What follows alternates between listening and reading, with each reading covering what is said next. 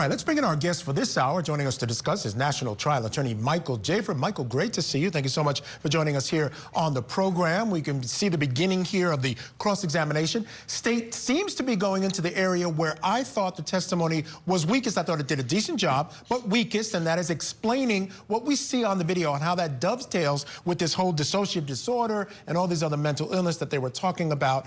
What do you make of the cross-examination thus far? So far, the cross-examination is going exactly.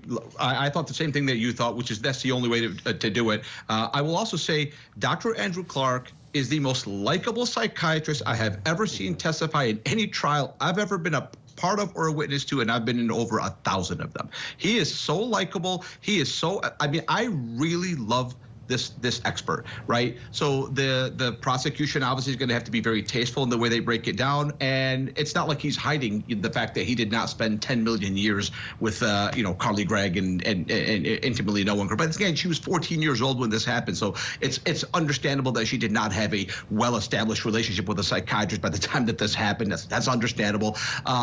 But he's a very likable witness. Again, this is my personal opinion. He's the most likable psychiatrist I have personally ever seen. It must be playing well in the courtroom, but the prosecution is doing what they have to do. And by the way, what else can they do? That's the only thing they can do. They're not going to allow, it's not like cross-examining a principal who was a witness to a school shooting, where sometimes the other side just simply does not cross-examine that person.